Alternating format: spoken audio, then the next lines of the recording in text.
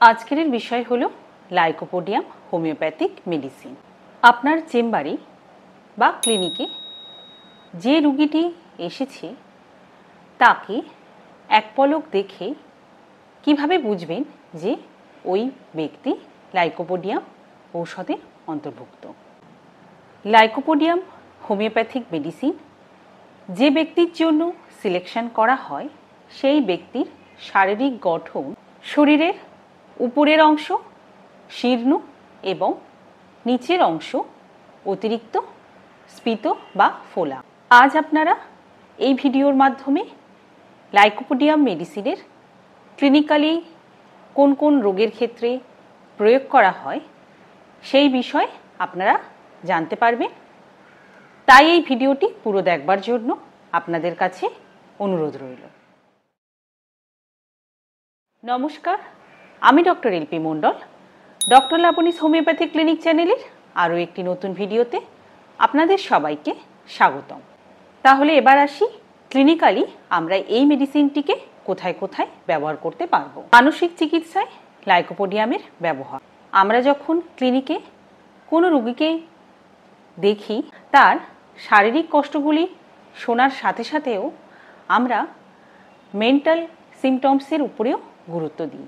শারীরিক লক্ষণগুলির সাথে যদি মানসিক লক্ষণগুলি স্পষ্টভাবে প্রকাশ পায় তখন লাইকোপোডিয়াম মেডিসিন ভীষণ ভালোভাবে কাজ করে। তাহলে কোন কোন মানসিক সমস্যা এই রোগীর ক্ষেত্রে দেখা যায়? লাইকোপোডিয়াম রোগীর নিজের প্রতি আত্মবিশ্বাসের অভাব থাকে, যা যে কোনো পরিস্থিতিতে রোগীকে ভীত থাকতে বাধ্য করে।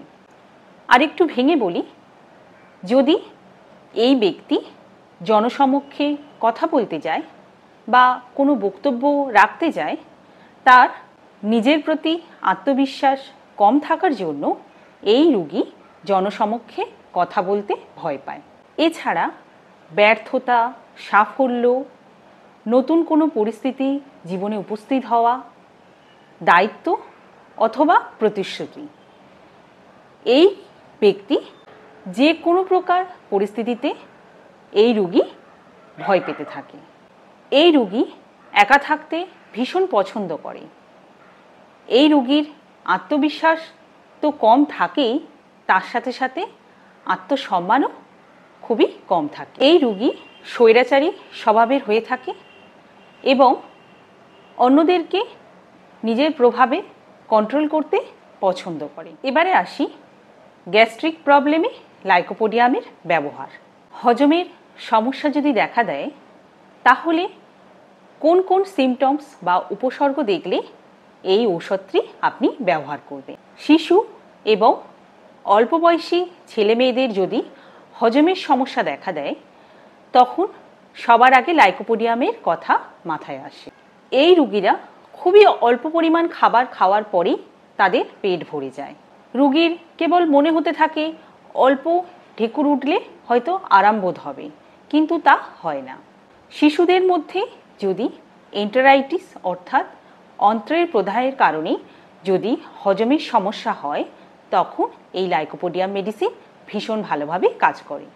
এই রোগীর হজম সংক্রান্ত সমস্যা বিকেলের পর থেকেই দেখতে পাওয়া যায়। এমন উপসর্গে লাইকোপোডিয়াম মেডিসিন ভীষণ ভালোভাবে কাজ করে। এবারে আসি রেকটাল প্রবলেমে লাইকোপোডিয়ামের ব্যবহার। রেকটাল প্রবলেম যেমন কনস্টিপেশন এবং পাইলস। এবারে আসি কোষ্ঠকাঠিন্যের কি কি লক্ষণ দেখলে আপনি এই লাইকোপোডিয়াম মেডিসিনটি ব্যবহার করবেন। বয়স সন্ধিকালের পর বা সেই সময় থেকে, মানে শৈশব থেকে যৌবনে পদার্পণের সময়, সেই সময় ছেলে কিংবা মেয়ে উভয়েরই শরীরে বিভিন্ন রকমের পরিবর্তন লক্ষ্য করা যায়। সেই সময় যদি কোনো ছেলে বা মেয়ে এই কনস্টিপেশনের সমস্যায় ভোগেন সেক্ষেত্রে এই লাইকোপোডিয়াম মেডিসিন ভীষণ ভালোভাবে কাজ করে। আবার এই কনস্টিপেশনের সমস্যা যদি বাড়ি থেকে দূরে থাকাকালীন সময়ে, অর্থাৎ আপনি কর্মসূত্রে যদি প্রায় সময় বাড়ি থেকে দূরে থাকতে হয়, বিশেষ করে যে সমস্ত ট্রাক ড্রাইভাররা বিভিন্ন রাজ্যে ঘুরে ঘুরে তাদের কর্মজীবন সম্পন্ন করে, সেই সব ব্যক্তিদের যদি এই কনস্টিপেশনের সমস্যা দেখা দেয় তখন লাইকোপোডিয়াম মেডিসিন ভীষণ ভালোভাবে কাজ করে। পাইলসে আমরা কখন এই মেডিসিনটি ব্যবহার করব? কম বেশি সবাই জানি পাইলস হওয়ার অন্যতম আরেকটি কারণ হলো কনস্টিপেশন। আমি একটু আগেই কনস্টিপেশনের যেসব কারণ বললাম সেই কারণে কষ্ট পাওয়ার পরেই যদি আপনার পাইলসের সমস্যা দেখা দেয় তখন এই লাইকোপোডিয়াম মেডিসিন ভীষণ ভালোভাবে কাজ করে। এই ব্যক্তির পাইলস ভীষণ বেদনাদায়ক। স্পর্শ বা নিষ্ক্রিয় মলত্যাগে এই পাইলসের ব্যথা আরও অসম্ভব রকমের বেড়ে যায় এবং ঠান্ডা জল প্রয়োগ করলে রোগীর আরাম বোধ হয়।